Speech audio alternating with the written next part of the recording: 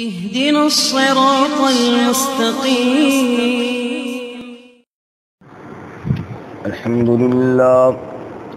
الحمد لله وكفى والصلاة والسلام على خاتم الرسل وسيد الأنبياء وعلى آله وأصحابه الأتقياء. أما بعد فأعوذ بالله من الشيطان الرجيم. بسم الله الرحمن الرحيم.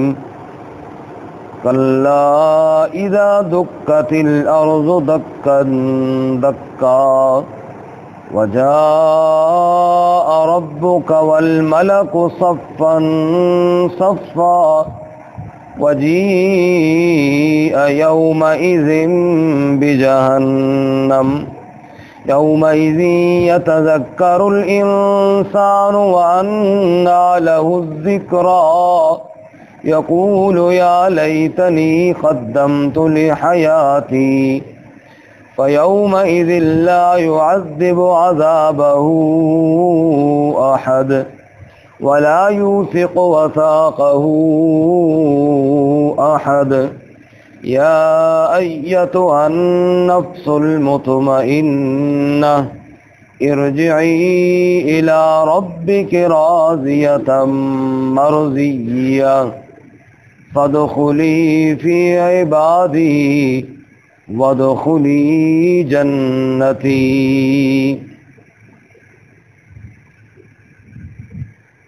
کلا اذا دکت الارض دکا دکا، یقیناً جب زمین کو ٹکڑے ٹکڑے کر دیا جائے گا.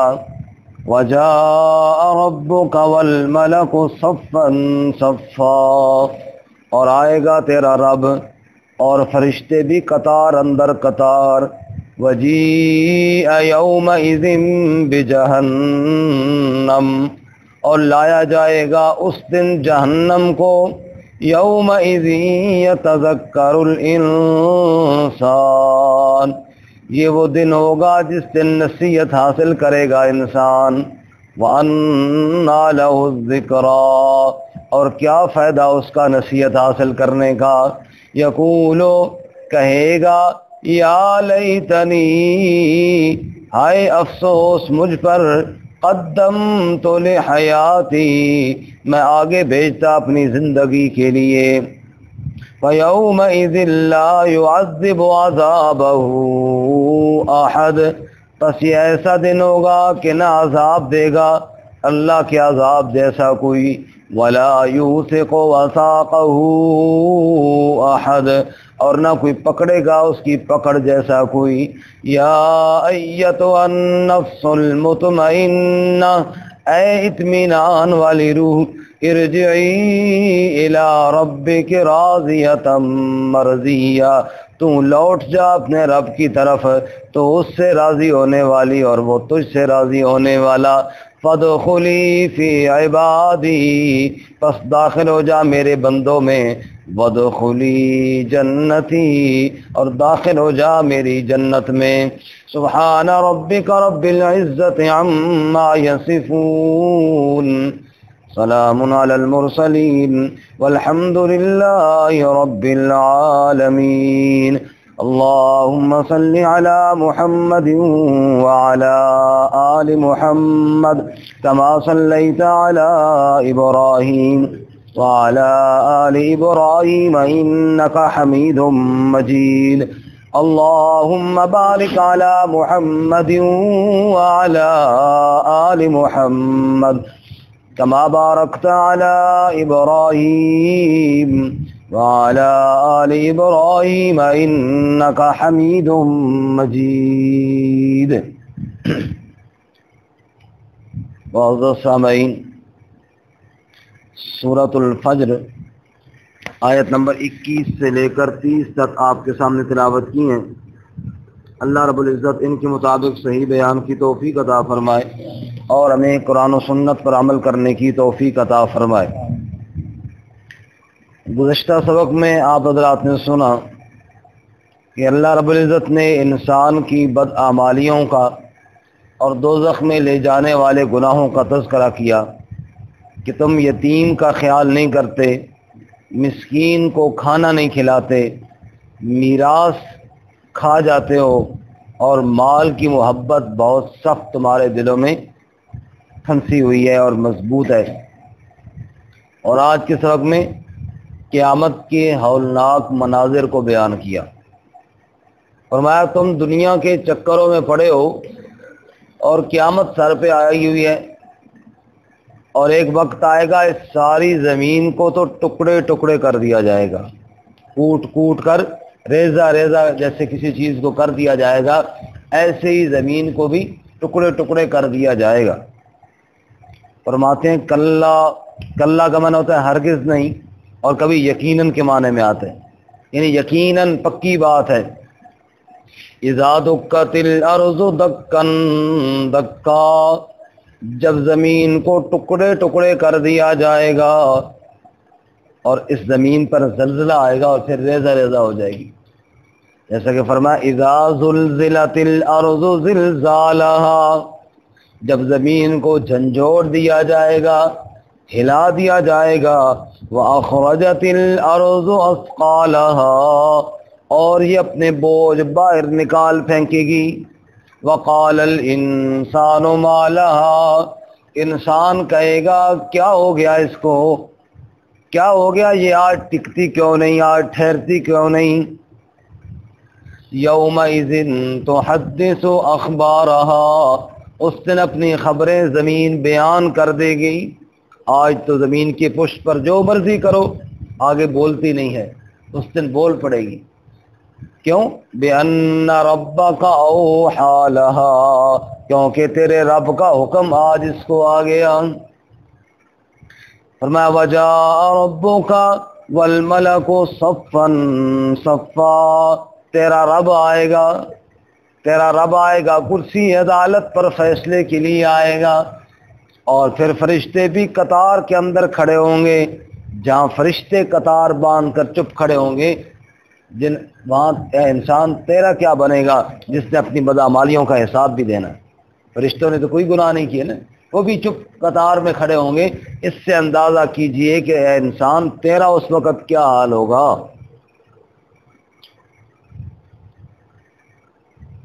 اس لیے 13ویں پارے سورہ ابراہیم میں ارشاد ہے، فرمایا فلا تحسبن اللہ ولا تحسبن اللہ غافلا عما يعمل الظالمون، یہ مت سمجھو کہ اللہ غافل ہے اس سے جو ظالم عمل کرتے ہیں۔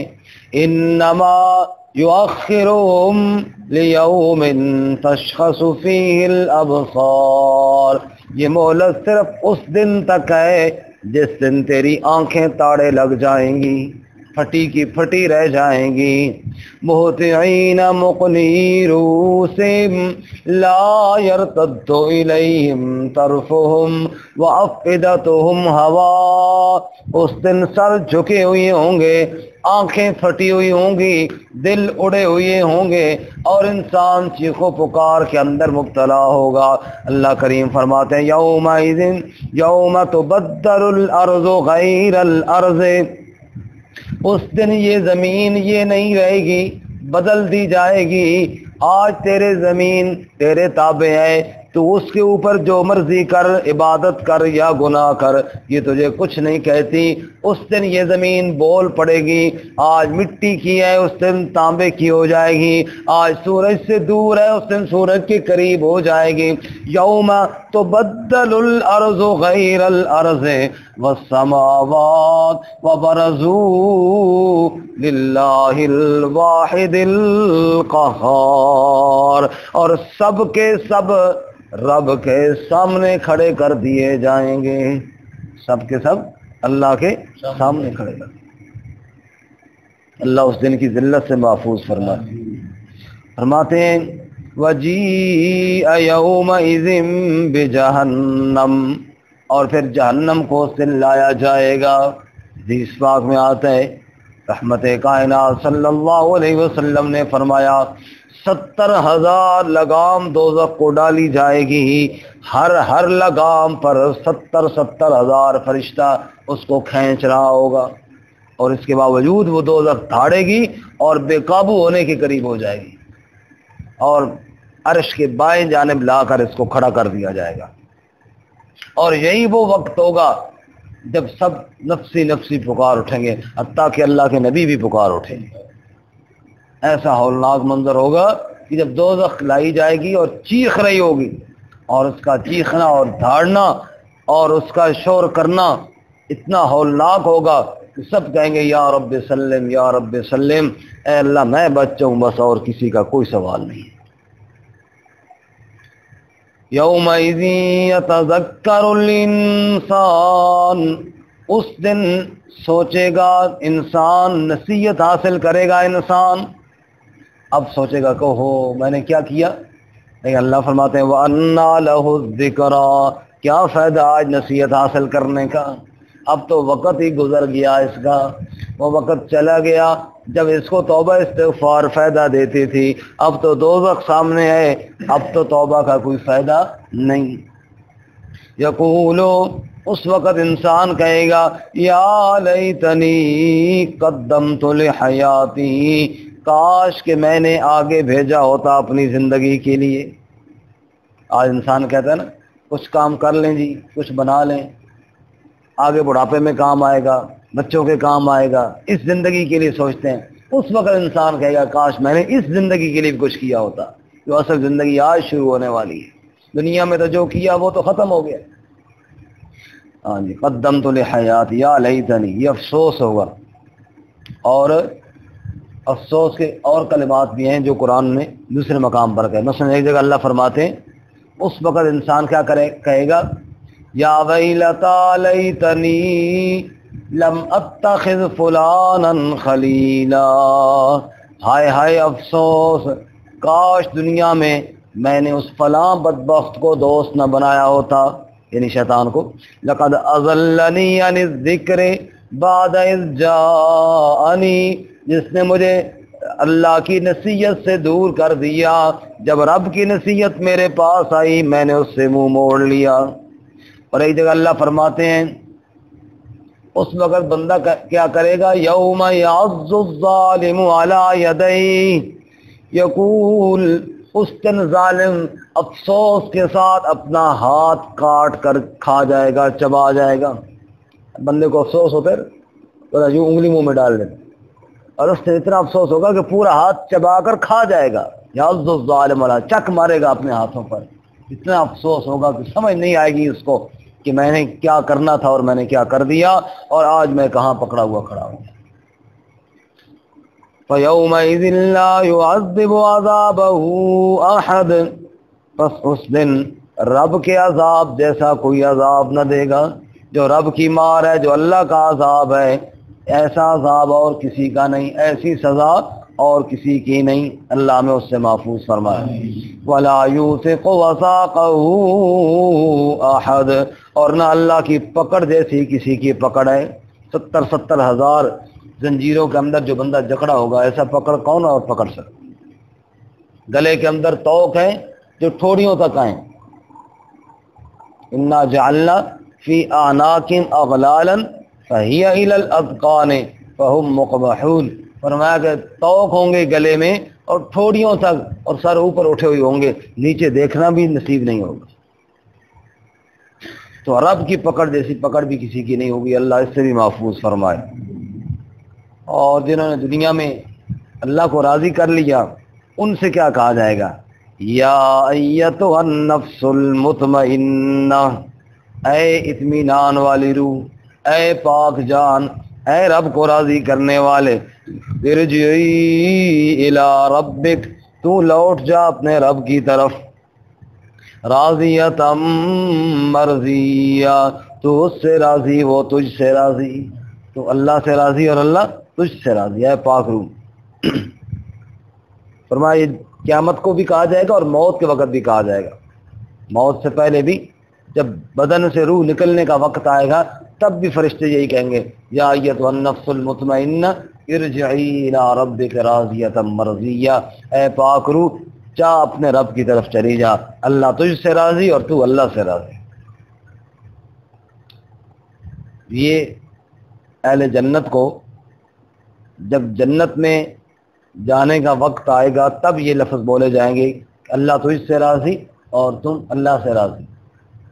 لیکن اصحاب رسول صلی اللہ علیہ وسلم کی یہ عظمت ہے کہ رضی اللہ عنہم ورضوا عنہ، اللہ تعالیٰ نے ان کو دنیا میں یہ اعزاز عطا فرمایا کہ اللہ تم سے راضی اور تم اللہ تعالیٰ سے راضی۔ یہ ان کا گویا کہ 100% جنتی ہونا دنیا کے اندر ہی ہو گیا کہ صحابہ کرام یہ وہ جماعت ہے اللہ ان سے راضی ہو گیا اور وہ اللہ سے راضی ہو گیا، کیونکہ اللہ تعالیٰ تو بہت جلد راضی ہو جاتا ہے۔ ایک 70-80 سال کا گناہ گار بھی جب بھی اس کے سامنے توبہ کرے اللہ راضی ہو جاتا ہے، اللہ معاف کر دیتے۔ کمال یہ ہے کہ بندہ اللہ سے راضی ہو جائے، یہ بہت مشکل ہے، کیونکہ انسان کی خواہشات پوری نہیں ہوتی۔ جنت کے اندر تو انسان جو جنتی ہوں گے سب خوش ہو جائیں گے، راضی ہو جائیں گے، لیکن اصحاب رسول صلی اللہ علیہ وسلم کا یہ مقام ہے کہ وہ دنیا میں بھی اللہ کے ہر فیصلے پر راضی ہے۔ رب نے ان کو بھوکا رکھا، رب نے ان کو پیاسا رکھا، ہجرت کرائی، جو کچھ بھی ہوا وہ ہر فیصلے پر راضی تھے۔ اللہ نے اس لیے اعلان کیا والسابقون الاولون من المہاجرین والانصار والذین اتبعوہم باحسان رضی اللہ عنہم ورضوا عنہ، مہاجرین ہو یا انصار ہو اللہ سب سے راضی اور وہ اللہ سے راضی۔ اس لیے فرماتے ہیں ارجعی الی ربک راضیۃ مرضیہ فادخلی فی عبادی وادخلی جنتی، بس داخل ہو جا میرے بندوں کی جماعت میں، یعنی داخل ہو جا میری جنت میں، داخل ہو جا میری جنت میں۔ اللہ کے سارے بندے نیک جنت میں ہوں گے، اللہ ہم سب کو بھی وہاں دوبارہ اکٹھا فرمائے۔ ترجمہ دوبارہ سنیں۔ کلا اذا دکت الارض دکا دکا، یقیناً جب زمین کو ٹکڑے ٹکڑے کر دیا جائے گا، وجاء ربک، اور تیرا رب آئے گا، والملک صفا صفا، اور فرشتے بھی قطار اندر قطار، وجیء یومئذ بجہنم، اور لایا جائے گا اس دن جہنم کو، یومئذ یتذکر الانسان، اس دن نصیحت حاصل کرے گا انسان، وَأَنَّى لَهُ الذِّكْرَى، اور کیا فائدہ اس کا نصیحت حاصل کرنے کا، یقول یا لیتنی قدمت لحیاتی، اس دن کہے گا ہائے افسوس مجھے، کاش میں نے آگے بھیجا ہوتا اپنی زندگی کے لیے، فَيَوْمَئِذٍ لَا يُعَذِّبُ عَذَابَهُ أَحَدٌ، بس اس دن نہ عذاب دے گا اس کے عذاب جیسا کوئی، وَلَا يُوثِقُ وَثَاقَهُ أَحَدٌ، اور نہ کوئی پکڑے گا اس کی پکڑ جیسا کوئی۔ یا ایتھا النفس المطمئنہ، اے اطمینان والی روح، ارجعی الی ربک راضیۃ مرضیہ، لوٹ جا اپنے رب کی طرف تو اس سے راضی اور وہ تجھ سے راضی، فادخلی فی عبادی، بس داخل ہو جا میرے بندوں میں، وادخلی جنتی، اور داخل ہو جا میری جنت میں۔